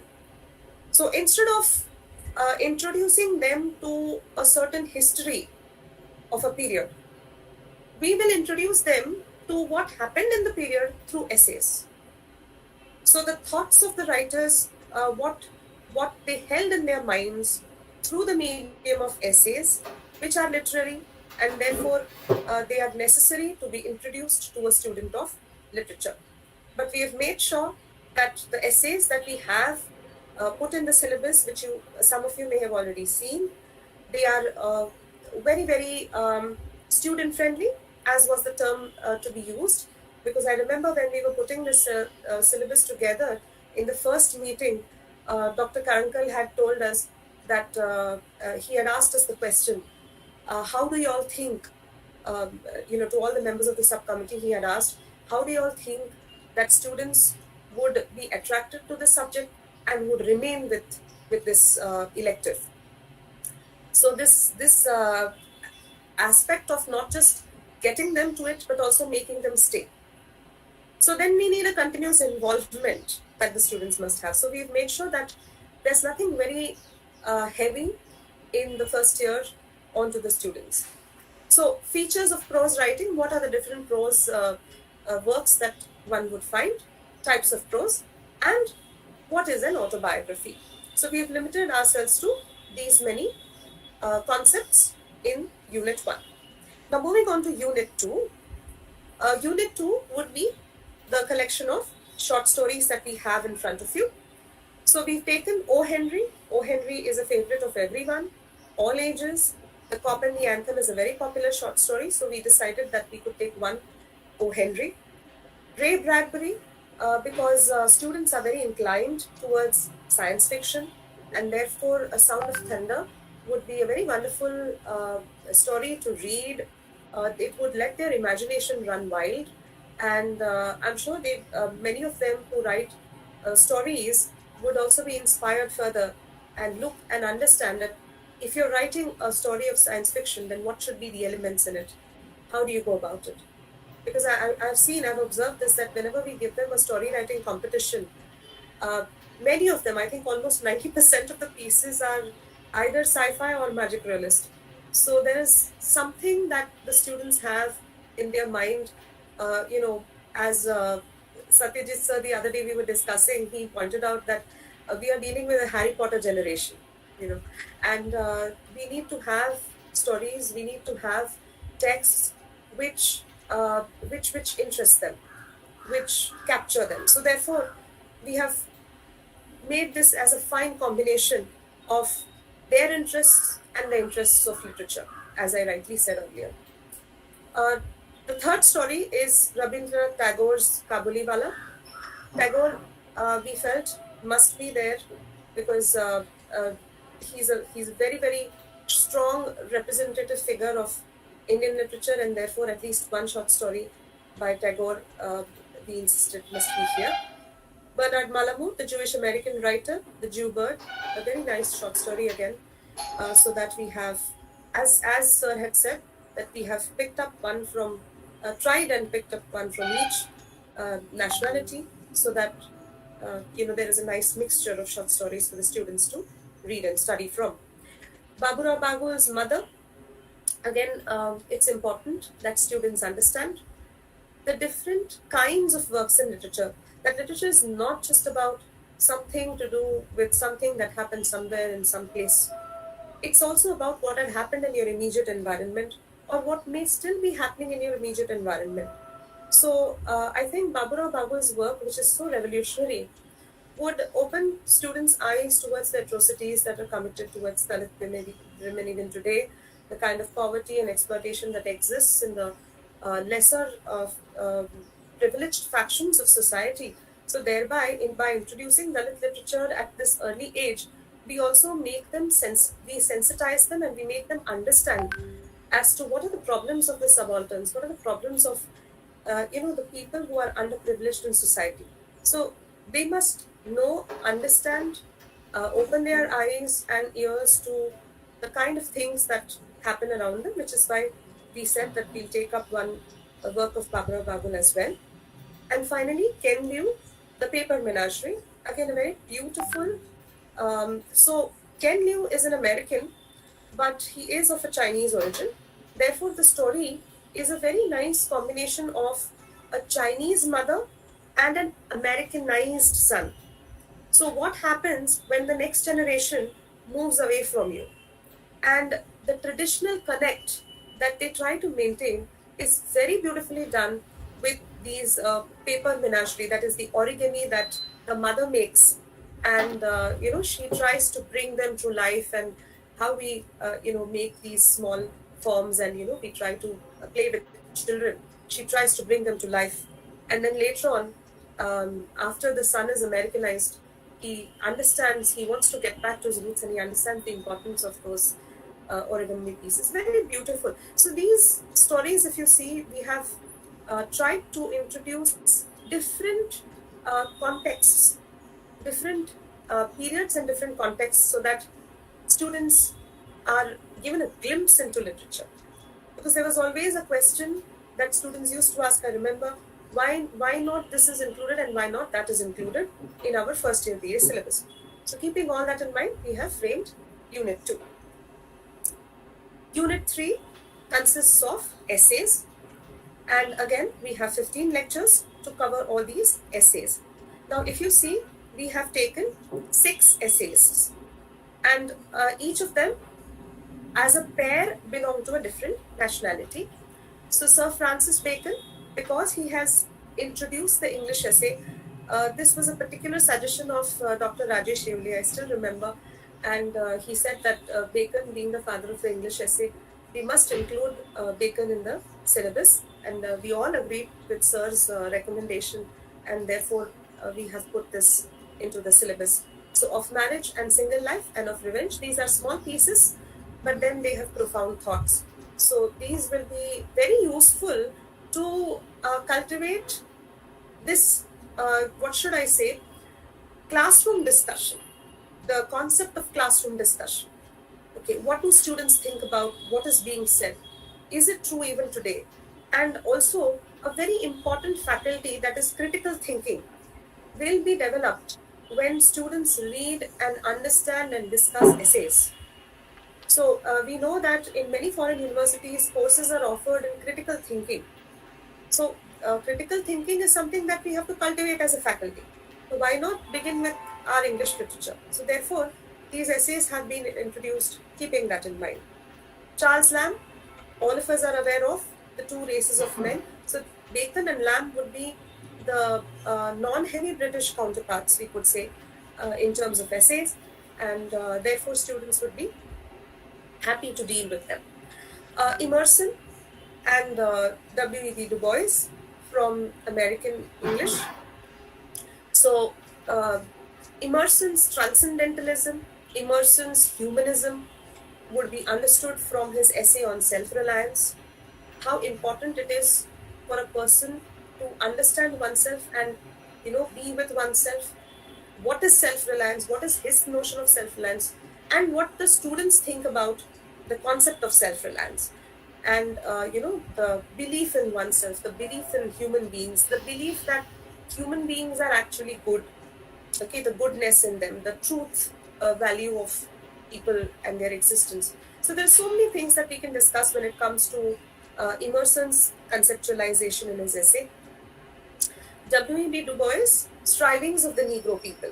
Like we have tried to introduce Baburao Bagul earlier in the set of short stories, we have tried to introduce Strivings of the Negro People here by W.E.B. Du Bois, so that the African American struggle is also included in the syllabus, so that students start to learn about them. Shobha De, we thought that because I have also personally read Speed Post, and her style of writing is something that appeals to the young generation. And in her book Speed Post, she actually dedicates this to her children. And therefore, we have selected Dear Arundhati, August 99, and Dear Aditya, June 99, as the two pieces from this book. So, like she is explaining to her children certain observations that she has seen in her life, she has experienced, and what wisdom she wishes to impart through these two pieces, I think students would be able to benefit from reading these two. And not just that, by reading these two and by getting influenced, by getting their thought process going on, or stirred up or triggered, they would be motivated to read the rest of the book as well. And it's a wonderful collection of letters.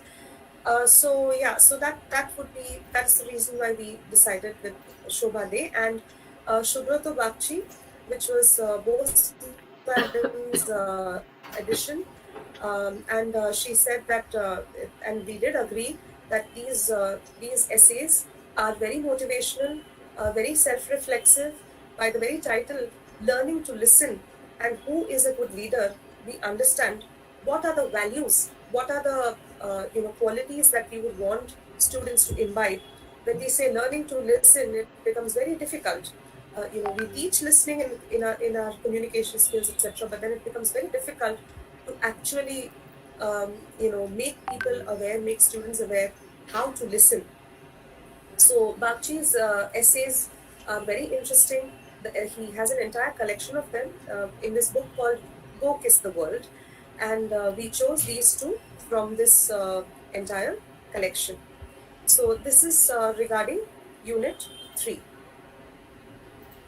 Now the scheme of examination is decided keeping in mind that the examination would be a physical or would have been a physical one. So the evaluation for first semester end examination pattern of 100 marks, which would be for 3 hours, would be like this, that we have 5 questions of 20 marks each. But question number 1 would be short notes, because we have concepts in question number 1. We would be able to give them 6 short notes, out of which students will have to attempt 4 short notes, and these would be for 10 marks each, so a total of 5 marks each, so a total of 20 marks. Question number 2 and question number 3, since they are based on the core units, would be essay type questions, and these would students would have to answer 1 out of 2. So this one question would, whatever they have answered, would hold the entire 20 marks. Question number 4 would be, and 5 would be short notes on Unit 2 and Unit 3 specifically.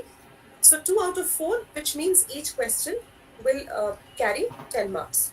So 4 questions of 5 marks, and then 1 question each of 20 marks, and then 1 question each of 10 marks. This is how the physical, keeping in mind the physical examination, this particular paper pattern has been devised. Now, we are unsure about how things will proceed for this year.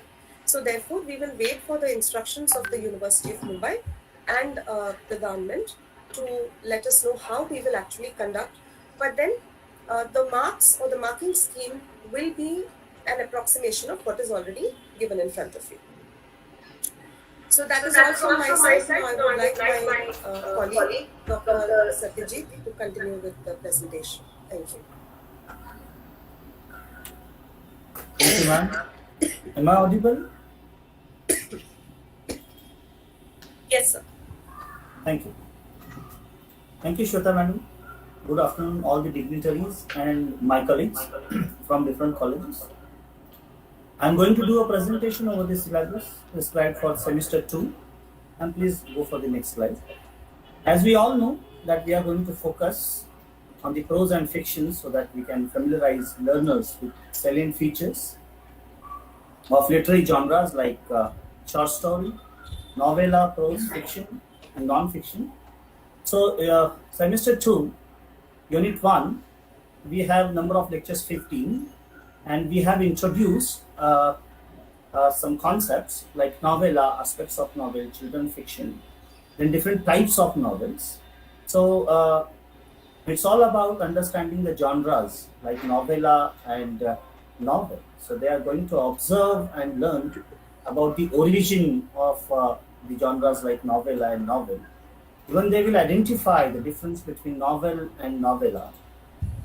They will go through the development of novella and novel as a typical literary genres, and definitely they will be exposed to the prominent and prolific writers from the different genres like novel and novel. So they will focus on the various aspects of the novels. As we know that the present generation is a good reader, is a sincere reader, and therefore it was thought that to expose them to the different types of novel as well. So as historical novel or science fiction, mystery novel, philosophical novel, etc. So we have deliberately exposed these, but very selected types of novels. Earlier we had a long list like picaresque novel or picturesque novel, but that we have skipped this time and we have focused on a very selected one. So since last 2 centuries, many experiments have been taking place in the form of themes or the style of writing. If you see the language or the subject matters of the novels or the novel, characterization, the art which of the characterization is developed, and even the new aspect that is of the narratology. That all these things are concerned. We have introduced all these different types of the novels, and keeping all this in mind, we have exposed the students to the different types of these articulations and writings by eminent writers. So the students will enjoy this variety, and they will be having the taste of all these different flavors of reading text written into the various nations. Even. So this will make them to understand various cultures, as Dr. Sudhir Nikam rightly pointed out in his introductory speech, that we are going to not study the literatures, but we are going to study the cultures. And so that the students will be able to compare them with our culture, and they will have a holistic understanding of the global cultures. So they will have the multifarious cultural and historical view for literature, and we will not be focusing only on the British literature as such. So therefore we have this unit 1 from semester 2 is very inclusive and giving a very precise and brief understanding of genres like novella and novels, and understanding of the cultures and the representations and articulations. I will go to the next slide, unit number 2. You can see here we have again 15 lectures for unit number 2, and we have given the novella with an internal option. We have first John Steinbeck's The Pearl, or you can have the Ruskin Bond's The Blue Umbrella. So we have selected these two novellas. As we know, the novella as a genre is very lucid in language, very simple to understand. Even it's having catchy narrations and very comprehensive and limited characters, so that the students will surely take interest to understand the text, or they will come to, or they will feel to read the original text. When we have long novels or lengthy descriptions or narrations, students do not tend to read the original text. So this was our intention, this was our deliberate action to choose novellas, because we want to bring back our students to the original reading of the original text. And therefore, these especially these two novellas are very interesting to read. One is American writer John Steinbeck, and one is Indian, that is Ruskin Bond. So Steinbeck's Pearl, that novella deals with major issues like ambition, greed, fate, day-to-day life, and the upbringing of the people, or the societal natures of the individuals, even the colonial society's operation of native cultures of America. So the story is very interesting, very catchy, and definitely it will attract students. The Pearl is parable. The story teaches the morality, the lessons, the values, ethics, and therefore it will give students exposure to understand the American writings in English in the very beginning of their English literary career, and this will really help them to to understand their own upbringing as well. And the second story by Ruskin Bond, that Blue Umbrella, that is coming into the category of children's fiction.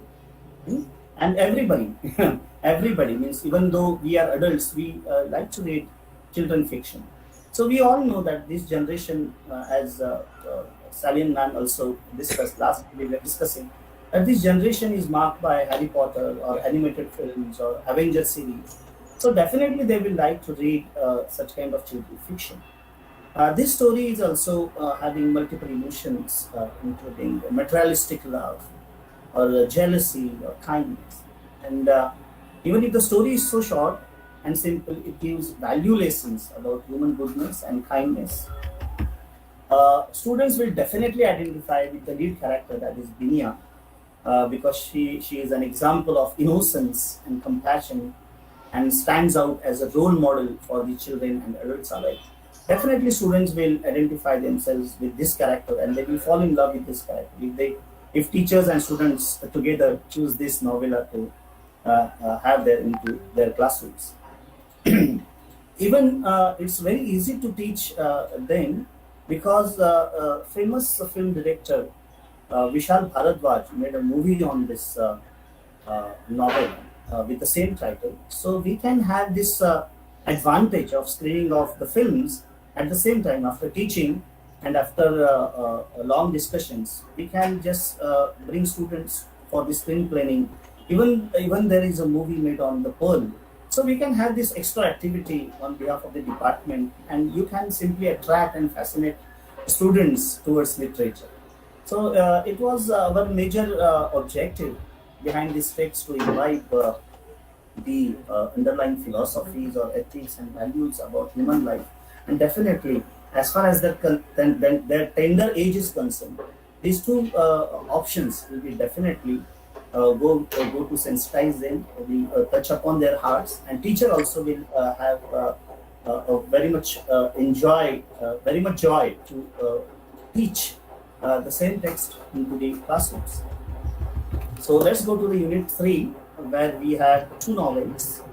It's all about the novels. One is a very famous writer, R.K. Narayan, and the other one is Isaac Asimov. So here also we have 15 lectures for this unit, and you can go either with R.K. Narayan's Financial Expert, or you have an alternative of Isaac Asimov's Fantastic Voyage.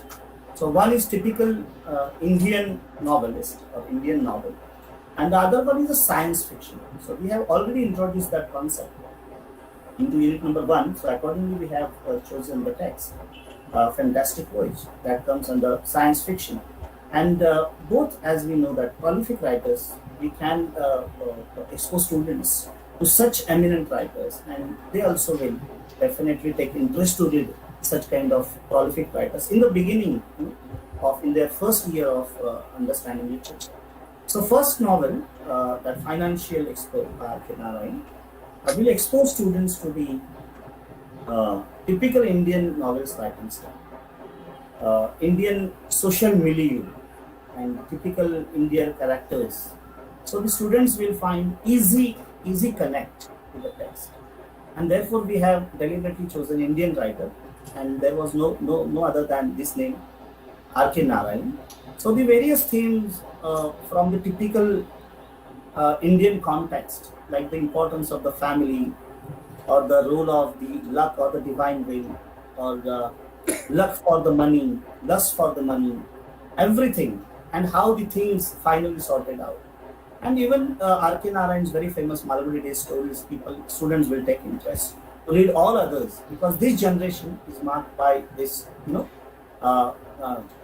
new experiments and new writings into English. But if you remember our childhood, we had these Malgudi Days and all the stories, and we had definitely keen interest to read all this. But this generation is cut off to somehow or somewhere. So we can bring all that earlier things into the context. So definitely R.K. Narayan's The Financial Expert novel will amuse students and even the teachers. And the option is Isaac Asimov's scientific fiction, that is Fantastic Voyage.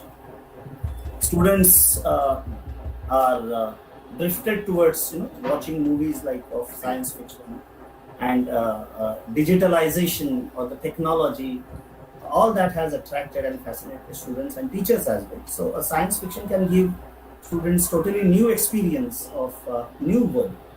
Even for the teachers, teaching this science fiction is not less than any adventurous, feel, I think. So the very concepts like time travel or microscopic existences, technology or the brain attacks, and saving the entire world at the end of the story from the great calamities, that everything will fascinate students and they will find updated literary senses while learning these things. So there is a beautiful compilation, there is a wonderful amalgamation of the different tests and flavors of the text. We have different writers from the different nations, so we can have over holistic view, overall view of literatures written into English and not as English literature. I will go to the next slide. How we can judge, how we can have a paper pattern or examination pattern. Definitely, we will be having the paper pattern as we had previous time. Question 1, that will be of short notes on unit 1 on the basic concepts, and 6 will be given and they will be attempting 4, and each short note will be for 5 marks. Question number 2 and question number 3 is all about essay type questions or broad questions. Unit number 2, essay type questions, we will be asking 2 and they are going to attempt 1, and definitely entirely 20 marks will be devoted to the question 2. Then essay type question on unit number 3, again we are giving 2, they will be attempting 1, and full 20 marks will be given for that one question. Then we will be having short notes on unit number 2, we will be giving 4, they will be attempting 2, and each question is for 10 marks. The same is there in question number 5, essay type questions, short note type questions on unit number 3, novella. We will be giving 4, they will be attempting 2, and each question is for 10 marks. So this way we will be having the examination pattern, and if there could be, if there are changes, but that we will definitely look for the university circulars and rules and regulations, and then time resolutions passed by the BOS or the university. The next slide. Thank you so much. But before I conclude, let me tell you how we will be accessing the notes, or how we'll be accessing the material. So texts are available in the PDF formats online, all the texts, because we have gone through the formats, PDF formats, and all texts are available. Then the summaries or the analysis or critical analysis or the research articles, everything that is available online. And addition to this, we have YouTube videos, academic discussions available online, so we can access that. If there is any query, or if there is any doubt regarding the PDF format or any note material, something like this, you can directly connect us. There is a WhatsApp group, or directly you can contact us. Dr. Shweta Salian is there, myself. And so you can directly contact us. They will be doing whatever is needful. So thank you so much, all of you, for your patient listening. And thank you, BOS, and thank you, Varta College Principal, sir. Thank you. We are welcoming your questions and answers if there are any. Thank you. Thank you, sir. Thank you, Dr. Shweta and Dr. Satyajit, for a very elaborate and lucid presentation. There are 2 questions. One is about the compilation of the literary texts that we have. Are we going to do that? That is one. And the second one is, will these essays be provided to us? So if we have, please. I would like to answer that question, sir. That as we just mentioned, that all the texts are easily available online, and many of us have ascertained the fact. In spite of that, since we are such a close-knit community, if at all there is a requirement, then the teachers can contact us and we will be more than glad to share whatever material we can with them. And I think that would be a better way of going about this. Thank you, madam. We will also share our email IDs, and they can mail us also. So that also should be fine, sir. Okay, madam. Thank you. Now we have come to the end of the workshop. I request the convener of this workshop, Dr. Deepa Katre, to express the vote of thanks. Over to you, madam. Namaskar.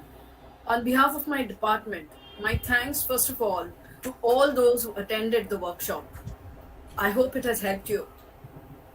My sincere gratitude to the members of the Board of Studies who made it here in spite of their busy schedules. I take this opportunity to express the indebtedness of the syllabus committees to Dr. Sudhir Nikam for his staunch support and guidance throughout, and for gracing the workshop with his inaugural address. I am grateful to the Vidyavardhini Trust Management and our principal, Dr. Santosh Shende, for encouraging us to host the workshop. My thanks to my department colleague, Dr. Sriram Dongre, and especially Dr. Vijayanand Bansode, who created the YouTube channel of the department for the workshop. And lastly, how can I not thank Mrs. Meghna Gaglani from the Mathematics Department and Mrs. Pallavi Ahire from the IT department, without whose expertise and help from our online forms to the live streaming of this workshop would not have been possible. Thank you all very much.